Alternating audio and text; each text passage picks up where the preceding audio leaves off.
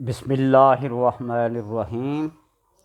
الصلاۃ والسلام علیک یا رسول اللہ وعلی آلک واصحابک یا حبیب اللہ۔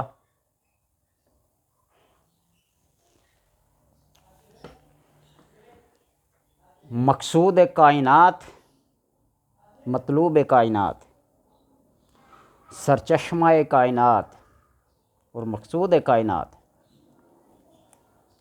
آپ صلی اللہ علیہ وسلم کی ذات اقدس۔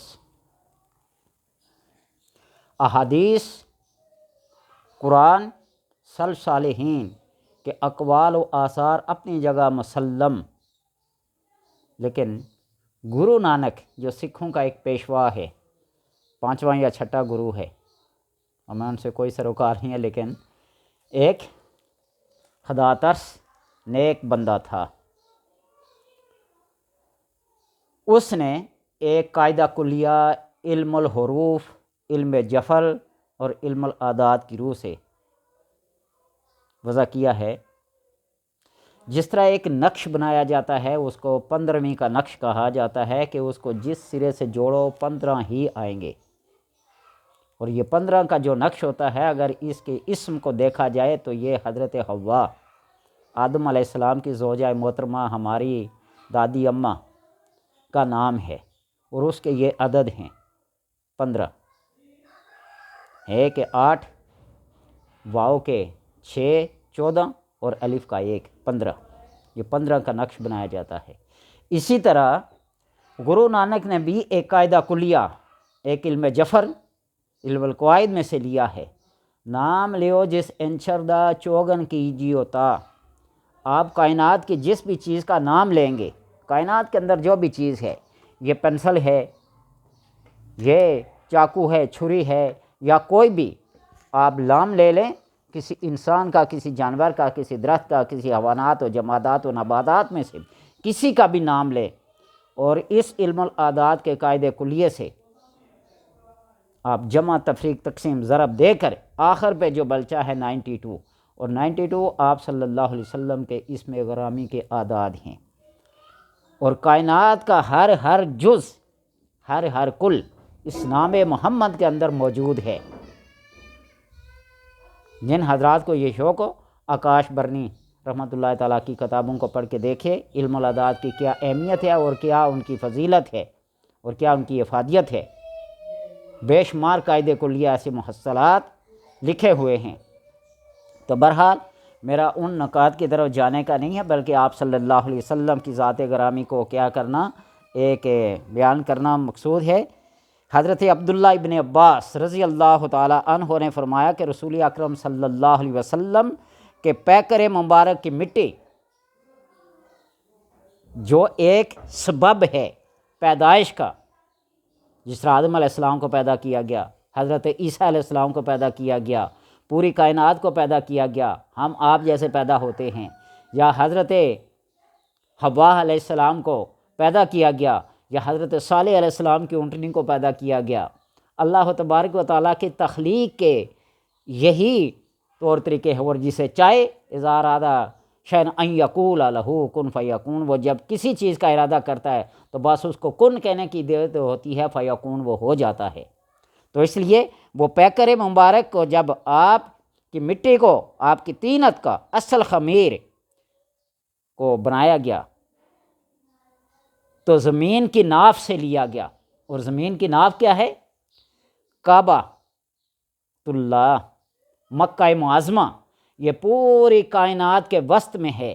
اور جس طرح انسان کی ناف انسان کے وسط میں ہے، اگر کسی پیمائشی میئرمنٹ سے ناپا جائے تو سر سے ناف تک اور ناف سے پاؤں تک بالکل برابر کا حصہ ہے۔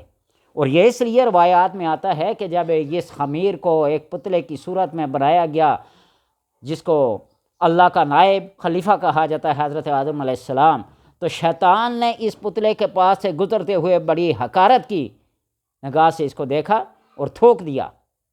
جو روایات میں، ہم کون سا پاس بیٹھے ہوئے تھے، ہم ہی تو لکیر کے وہ فقیر ہیں جو کتابوں سے یا سلف صالحین کی تعلیمات سے لیتے ہیں، یوں ایسے کر کے تھوک دیا۔ تو وہاں سے اللہ تبارک و تعالیٰ پھر جس طرح گوندے ہوئے آٹے کے اوپر کوئی چیز پڑ جائے تو اس کو اسی چٹکی سے اٹھا دیا جائے تو وہاں نشان پڑ جاتا ہے، تو ایسے اٹھا کے پھینک دیا۔ اس سے کیا چیز بنائی؟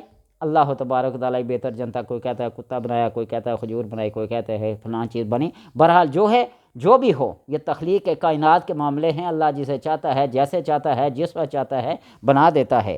تو اس مکہ معظمہ کی مٹی سے لیا گیا۔ اسی بنا پر بعض علماء نے یہ کہا ہے کہ ایسا لگتا ہے کہ زمین کی طرف سے حضرت محمد صلی اللہ علیہ وسلم کے ذرہ مبارک نے ندائے الہی کا جواب دیا تھا۔ وہ جو مٹی تھی اس نے جواب دیا تھا جب اللہ تبارک و تعالیٰ نے فرمایا الست بربکم الست بربکم قالوا بلی، جواب دیا تھا۔ کعبہ کی سرزمین سے ساری زمین کو وسعت دی گئی، اور کائنات کے اندر جتنی بھی زمین ہے وکان عرش علی الماء، یہ بھی تو ہے نا کہ یہ کائنات ساری کی ساری پانی تھی اور اس کا عرش اس کے پانی کے اوپر تھا، اور یہاں سے اللہ تبارک و تعالیٰ نے زمین کی بنیاد بنائی، ایک بلبل سا اٹھو وہ پھیلتا گیا پھیلتا گیا پھیلتا گیا، اور کعبے کو زمین کے بالکل وسط میں بنایا، کسی کے ساتھ ناانصافی نہیں کی۔ مشرق والے کے ہیں ہمارے نزدیک ہے، مغرب والے کے ہمارے نزدیک، جنوب شمال سب کے درمیان میں ہے، وسعت دی گئی۔ چنانچہ رسول اکرم صلی اللہ علیہ وسلم کا وجود کائنات کا نقطہ آغاز ہے، آپ کا وجود کائنات کا نقطہ آغاز ہے۔ هو الاول والآخر والظاہر والباطن وهو بكل شيء علیم، یعنی آپ ہی کے وجود باوجود سے ساری کائنات کو وجود ملا۔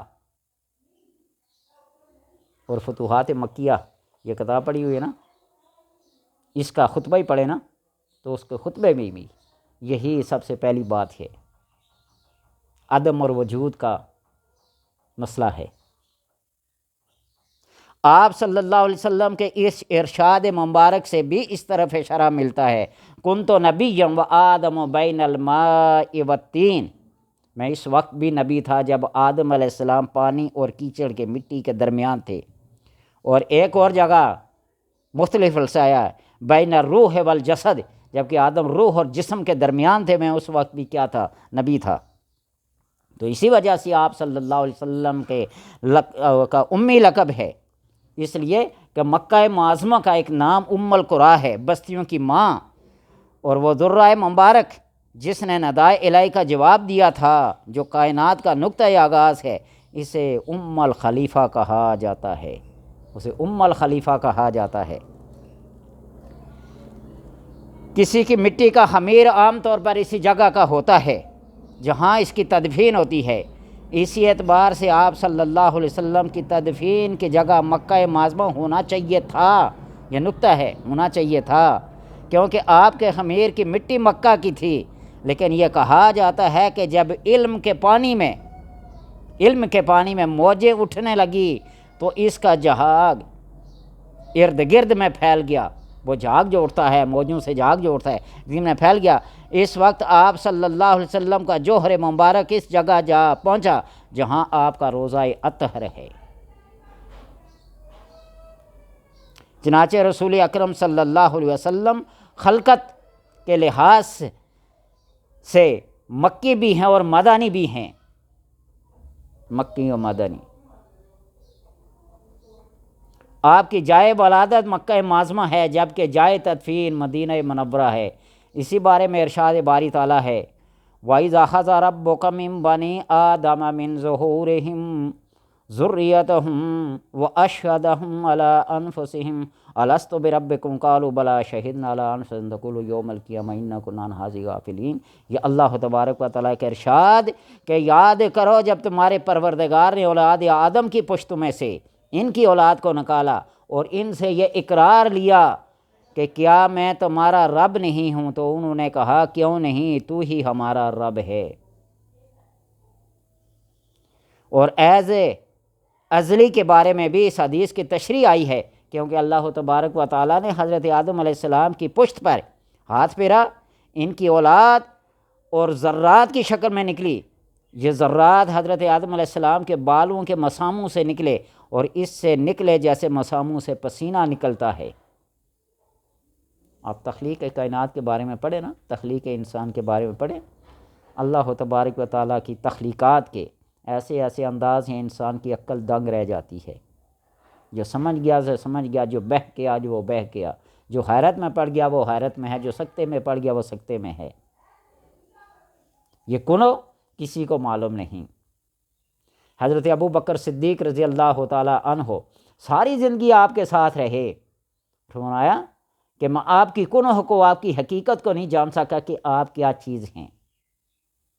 اور نبی اکرم صلی اللہ علیہ وسلم کا ارشاد گرامی ہے کہ ساری زندگی اللہ تبارک و تعالیٰ کے یاد میں گزری، اللہ کے ساتھ تعلق میں گزری، لیکن اللہ کی کنہ اور حقیقت کو نہیں پا سکے کہ اللہ چیز کیا ہے۔ اس لیے اللہ تبارک و تعالیٰ کے تخلیقات، اس کی موجودات، اس کی عدم اور وجود جو بھی ہیں وہ اس کی حکمت کے اندر ہی بند ہے۔ بعض کا یہ کہنا ہے کہ یہ مسا فرشتوں کی طرف سے تھا، اس طرح فعل کی نسبت سبب کی طرف ہوتی، تو اس لیے اللہ تبارک و تعالیٰ کی یہ تخلیقات، اس کا بیان جاری ہے۔ اور یہ آپ کو بتاؤں گا کہ باقی نفوس، باقی انفاس کی تخلیق کیسے ہوئی۔ اللہ تبارک و تعالیٰ نے جبرائیل و میکائیل، انسان، حیوان، نباتات، جمادات کی تخلیق کیسے کی۔ فی ستۃ ایام ثم استوی علی العرش فقال لها للارض ائتیا طوعا او کرہا قالتا آتینا طائعین۔ انشاءاللہ اس بارے میں گفتگو ہوگی۔ یہ معلوماتی ویڈیوز ہیں، یہ معلوماتی باتیں ہیں۔ تحقیق کرنے والوں کا حق ہے وہ تحقیق کریں، اعتراض کرنے والوں کا حق ہے وہ اعتراض کریں، سمجھنے والوں کا حق ہے وہ سمجھیں۔ جو کسی کی سوچ نظریہ جہاں تک جاتا ہے اسے کھلی اجازت ہے۔ تنقید کریں، اعتراض کریں، جستجو کریں، تحقیق کریں، وہ کسی نہ کسی نقطے پہ پہنچ ہی جائیں گے۔ اللہ تبارک و تعالیٰ سے دعا ہے کہ نبی اکرم صلی اللہ علیہ وسلم کی تعلیمات کی اتباع، آپ کی سیرت طیبہ پر عمل کی توفیق عطا فرمائے۔